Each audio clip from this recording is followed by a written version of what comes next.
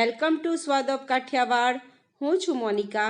આજે આપણે બનાવીશું લીલી હળદર, વટાણા અને લીલી ડુંગળીનું શાક।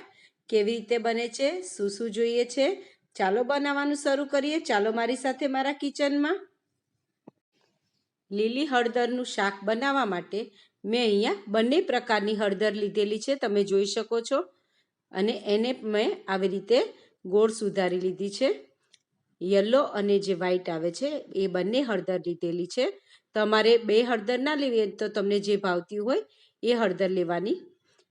2 નંગ મેં ડુંગળી લીધી છે, 5 કપ જેટલા મેં વટાણા લીધા છે અને 2 નંગ મેં ટમેટા લીધા છે અને એક ટુકડો હળદરનો મેં આવી રીતે છીણીને લીધો છે અને 3 નંગ મેં લીલા મરચાં લીધેલા છે જે તીખા છે। આપણે આમાં લાલ મરચું પાવડર બિલકુલ પણ એડ નથી કરવાનું। આ લીલા મરચાં છે એની જ તીખાશ આપણે આ શાકમાં લેવાની છે। અને વટાણાને આપણે અલગથી બાફી લેવાના છે, કારણ કે હળદરને ચડતા વાર બિલકુલ પણ નહીં લાગે, એટલા માટે વટાણાને આપણે અલગથી બાફી લેશું। હવે આપણે એક કઢાઈમાં 2 ટેબલ સ્પૂન જેટલું તેલ મૂકીશું। તેલ આપણું ગરમ થઈ જાય પછી આપણે એમાં 5 ચમચી જેટલું જીરું એડ કરી દઈશું અને લીલા મરચાં જે આપણે ક્રશ કરીને રાખ્યા છે એ એડ કરી દેવાના છે। આપણે આ શાકમાં લીલા મરચાંની તીખાશ લેવાની છે, એટલા માટે જે તીખા મરચાં આવે છે એ લેવાના છે। અને હળદર પણ આપણે આ લીલી હળદર છે એને મેં ઝીણી ખમણીથી ખમણી નાખી છે અને આ જ હળદર આપણે એમાં શાકમાં એડ કરવાની છે। જે રેગ્યુલર હળદર આવે છે મસાલાની એ આપણે બિલકુલ આમાં એડ નથી કરવાની। તમે જોઈ શકો છો તો પણ આપણે સરસ તેલમાં યલો કલર આવી ગયો છે આવી રીતે। હવે પછી આપણે એમાં જે ડુંગળી સુધારીને રાખી હતી, અત્યારે મારી પાસે લીલી ડુંગળી છે, લીલી ડુંગળી ના હોય તો તમે સૂકી ડુંગળી પણ નાખી શકો છો।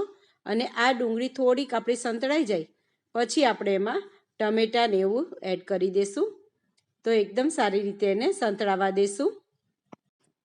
ફ્રેન્ડ્સ, અત્યારે શિયાળાની સિઝન ચાલુ થઈ ગઈ છે અને અત્યારે માર્કેટમાં લીલી હળદર ખૂબ સારા એવા પ્રમાણમાં મળી રહી છે, તો તમે જરૂરથી આ શાક બનાવજો। એકદમ હેલ્ધી અને એકદમ નવીન જ શાક।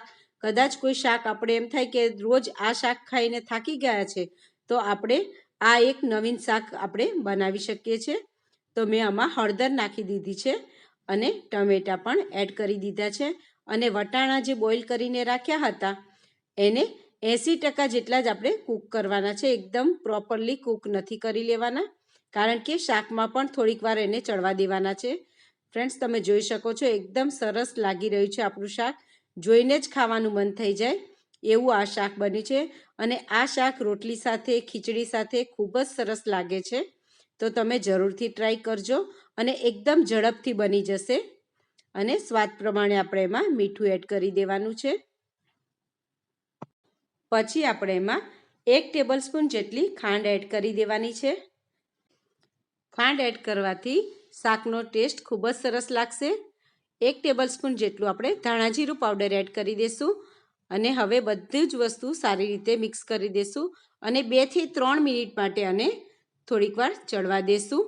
ટમેટા નાખ્યા છે અને ટમેટા ગળી જશે અંદર પછી એનું પાણી છૂટશે, એટલે શાકનું જે દેખાવ છે એ એકદમ સરસ અને એકદમ લચકા પડતું થઈ જશે। આમાં કોઈ પણ જાતનું પાણી કે કશું જ એડ નથી કરવાનું। તમે જોઈ શકો છો એકદમ સરસ આપણું શાક ચડી ગયું છે, કારણ કે બધી જ વસ્તુ આપણે જો ડુંગળીને સાંતળી લીધી હતી, વટાણાને આપણે બોઇલ કરી લીધા હતા અને હળદરને શેકાતા બિલકુલ પણ વાર નહીં લાગે। હળદર જેવી આપણે શાકમાં તેલમાં એડ કરી હોય એ અને એને થોડીક વાર આપણે સાંતળી લેશું એટલે હળદરને ચડતા બિલકુલ પણ વાર નથી લાગતી, એટલા માટે। હવે આપણું શાક એકદમ સરસ રીતે તૈયાર થઈ ગયું છે, તો હવે આપણે ધાણા નાખી અને હવે એને આપણે સર્વ કરી લેશું। ગેસની ફ્લેમને આપણે બંધ કરી દઈશું। તો તૈયાર થઈ ગયું છે આપણે લીલી હળદરનું શાક, એકદમ હેલ્ધી એવું શાક આપણું તૈયાર થઈ ગયું છે। અને ફ્રેન્ડ્સ, આ શાક આપણને ખીચડી સાથે, ગરમા ગરમ ફુલકા રોટલી સાથે અથવા તો બાજરીના રોટલા સાથે ખૂબ જ સરસ લાગે એવું આ શાક બની ગયું છે। તો આ શિયાળામાં અઠવાડિયામાં એક વખત તો જરૂરથી આ શાક ખાવું જોઈએ. એકદમ હેલ્ધી એવું આપણું આ શાક બની ગયું છે. તો તમને આ શાકની રેસીપી કેવી લાગી એ મને કોમેન્ટ બોક્સમાં જરૂરથી કહેજો.